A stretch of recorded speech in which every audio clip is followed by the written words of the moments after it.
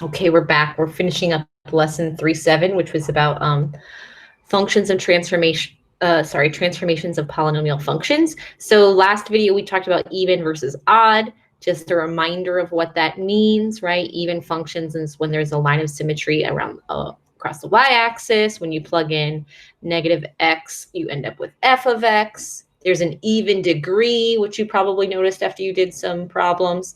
And then the end behavior, right? If there's a positive leading coefficient, it's this red line here, which I'm looking at this on page, where is this? This is the concept summary on page 184 if you want to see it more clearly. So the positive leading coefficient for an even function, right, is up and up on both sides, right? Where if it's a negative leading coefficient, it's down and down. And you can quickly think of a parabola. If it's got a positive leading coefficient, it opens up. If it's got a negative leading coefficient, it opens down. So that for an odd function, it's kind of almost the opposite.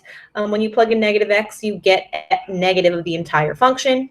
The point of symmetry is around the origin, has an odd degree. And when you have a positive leading coefficient, it starts down, then goes up. Negative, it starts decreasing, and then continues down. I'm saying this wrong if you're thinking of increasing versus decreasing. Right? It starts increasing and it ends increasing. For a negative leading coefficient, it starts decreasing and it ends decreasing as well. Use the same vocabulary here. Okay, so and then this is what we're going to do today is finish up talking about these translations. And move on to example 3. Example 3 is asking us to compare these functions they're giving us, the a and b, to the parent function and explain what happens. So I'm going to switch to Desmos. Okay, so here is the original parent function for part A. It's just x to the 4th power. And so this is the function they gave us, g of x. I'll turn it on. It's this blue one. This is the transformed function. So we're going to describe what happens here. Okay, so we know the parent function is x to the 4th, this red one. What does this 3 do here, right? So this 3 is a dilation, right? Or it's a stretch. It's a vertical stretch. You can see this 3 is it's literally stretching it so it's much skinnier than it originally was. Vertical stretch. And then what happens is it's vertically stretched. So if I take up this minus 18, we can see it. Let's see. There it is, right? So every y value becomes 3 times larger. So it's skinnier. And then the last transformation is this minus 18. What does that minus 18 do? It translates everything down 18 units. So instead of starting here at 0, 0, we're now at 0, minus 18. Right? You guys should remember this from when we covered it in Unit 1. But now we're expanding our parent function. So we did not deal with x to the 4th before. So I'm going to turn this one off.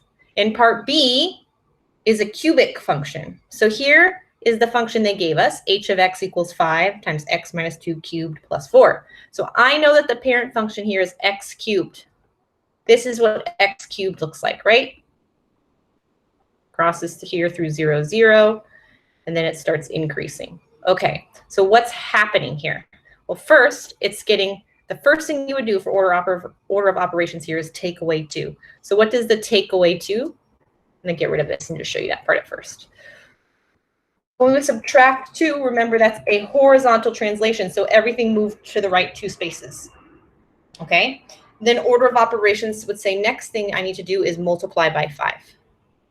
So what does that 5 do? The 5 stretches the graph vertically again. It's getting stretched, made skinnier. And then the last thing that's happening is it's plus 4, right? Yep, plus 4 to the entire function, which is moving the whole function up 4 units. So that is the translated graph. So we're just building on what we learned in chapter 1, just also now being able to recognize a more variety of different types of parent functions now that we've been focusing on polynomial functions. So let's go back to the whiteboard. And let's do the last example here, example 4. So this one is to identify the transformation from a graph. So they give you these 2 graphs. They give you some points. Okay, so I'm going to start with this one over here. I think it'll be a little bit easier for me. So the first thing we need to figure out is what the parent function is. So let's see if I can get that. The parent function here, hopefully you can see by the shape, is that it's x cubed, right? It's a cubic function. I'm going to just use this so you guys know that's an x cubed. All right. Let's see if I can make this a little bit. Okay, so now what's happening? Well, first of all, I know, just like when we had it here, if I go back to Desmos and look at my cubic function, it should be starting increasing and continuing to increase after the origin, but that's not what's happening. It's almost a flipped version of that. So I know x cubed is an even function. So when I realized I was sharing the wrong tab the whole time. Here we go.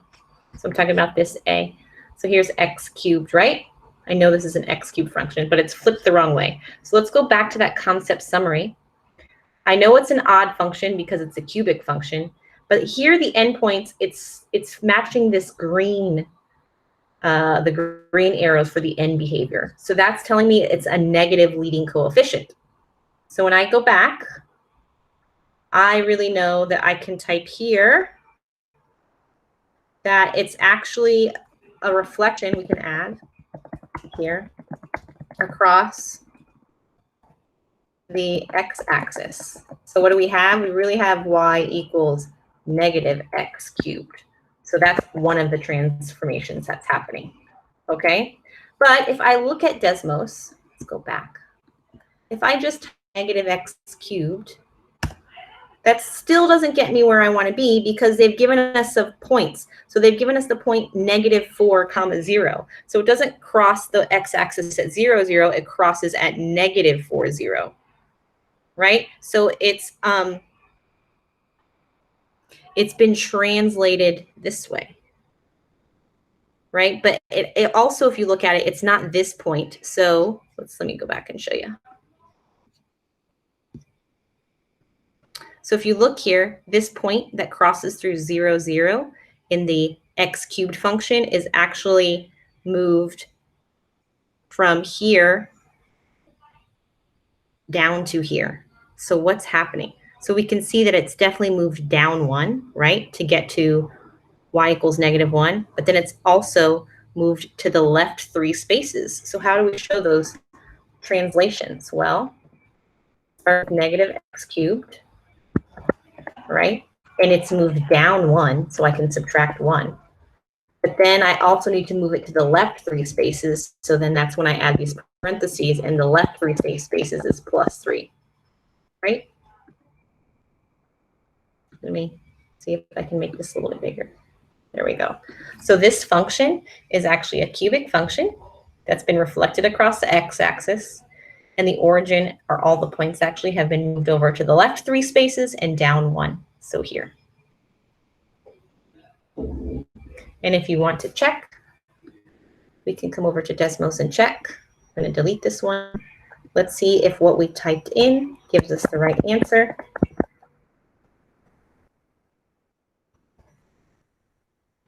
On, and there it is, right? So here is that point. Let's see, this is -4, 0. Yep, and then we have the point -3, 1. Yes, so it is matching up. And get there. Okay, all right. So now let's try the next one. This part B, I'm looking at it. You might say it looks like a quadratic function, but it doesn't. It's a lot fatter. It actually, or wider. It matches that quartic function like we did in example 3, the last one, right? So I know that this is starting off, try to pen this time, as the parent function. So I'll just call it PF, is an x to the 4th function, okay? But x to the 4th should open up. Remember when we looked in Desmos? So I'm going to close all these. Let's look at our x to the 4th function. It should open up, but it's not. It's opening down. So I know it's a reflection.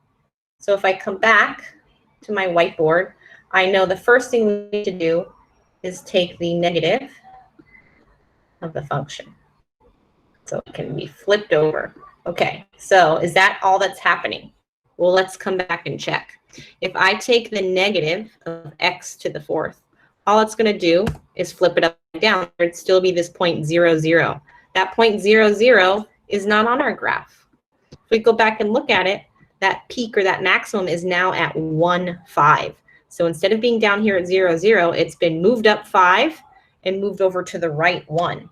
Okay, so it's been moved up 5. So I know I can add 5. That's how we move it up 5. That's step 1. And then how are we going to show that it's also been moved to the right 1 space? Well, then we have to add our parentheses. And we're going to say negative. Let's see if I can squeeze it in here. X minus 1 all to the 4th. And I'm not going to be able to fit in here, but I'll write it on the side, squeeze it in, plus 5. Okay. So let's see. Does that match?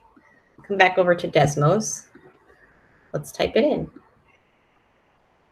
Negative x minus 1 to the 4th plus 5. And that on. Here's our 0.15, and the other point they gave us was 0.4, also there. And yes, this matches that translated function. So we were able to take the graph and write the equation for the function right here. Okay, so that's the end of this video. You're going to get a little bit more practice, and then hopefully it'll come quickly to you guys. But you guys did really well with transformations in chapter 1, so I don't have any doubt that you'll be able to handle this as well. All right, I'll see you next time. Bye-bye.